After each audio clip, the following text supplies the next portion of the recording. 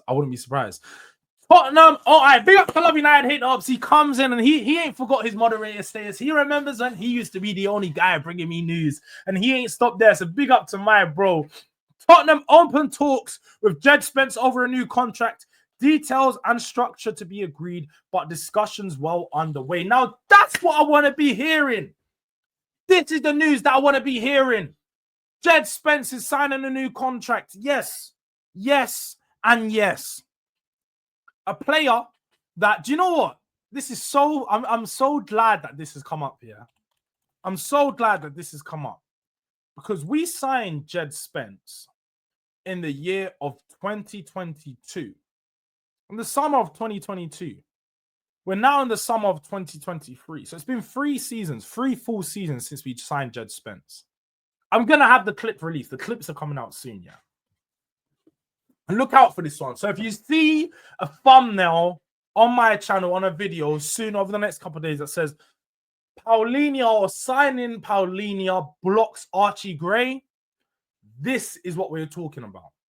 Because I was having a discussion with D and Hooks yesterday. I should say just D because Hooks didn't actually present any bad points. It was only D. And he basically said that Archie Gray will want to leave Spurs if he doesn't play significant minutes across the next year. I said, and my statement is that a player at 18 years of age signing for Tottenham would not expect to be playing full first team minutes and be a starter in the squad up until at least his 3rd to 4th season in a Spurs shirt. Those first 2 to 3 years would be used to embed him into the squad, get used to the culture, grow as a player, and find out where your best use is within the team. Djed Spence has had 3 falls. He joined in 2022. Left in 2023 in January because he went back on loan. He went on loan to Rons, whoever it is. He then came back. Didn't play any minutes, but got sent back out on loan to Leeds. So he's already in his 2nd season. He went out on loan to Leeds. Didn't play a lot of football. Fell out of Nigel Farke or Daniel Farke, whatever his name is. And then came back to Spurs in January. In January of 2024, so just last year, January, he then got sent back out on loan to the Serie A, where he went to Genoa, where he had a very good loan spell, where he played a lot of minutes, and he started to feel a little bit more comfortable within himself. Then going into last season, so he had a season at Rennes, or let's say half a season, because he had half a season with Tottenham, half a season at Rennes. Then he had half a season at Leeds and half a season at Genoa. And then he just had for his first time in his 3rd year as a Spurs player, had his first full Spurs season, making his debut, or I should say not debut, but making his first few appearances later on in November, December, and then pushing on and being a mainstay in the team onwards from that.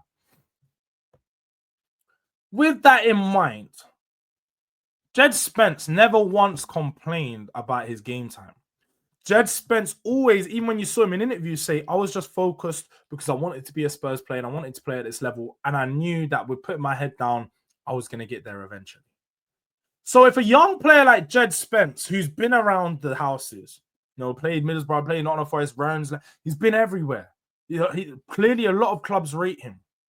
He's only, even in this season, not guaranteed to start for Spurs, but going into his 4th season as a Spurs player, not a guaranteed start, but he's getting a lot of minutes. He's going to sign a new contract.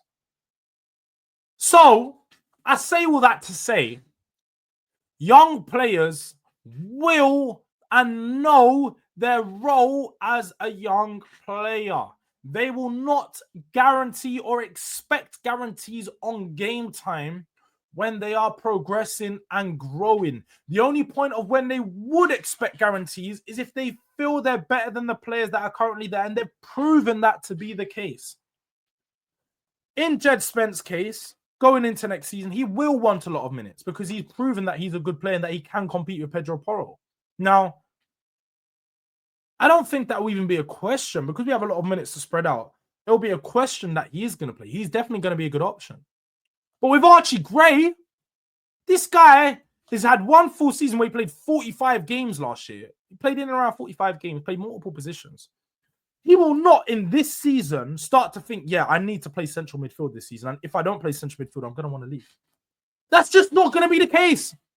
We have a current case study with Jed Spence. But sorry, I went off on a mad tangent because I was having this conversation yesterday and it really, it was frustrating me. Because I was getting to the point of when, am I crazy? Am I the crazy one, or is D just so far down a hole that he's just trying to rattle?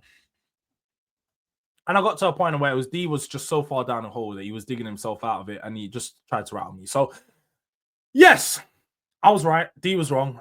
Jed Spence has signed a new contract despite his lack of game time in his first 2 to 3 seasons. But, yeah.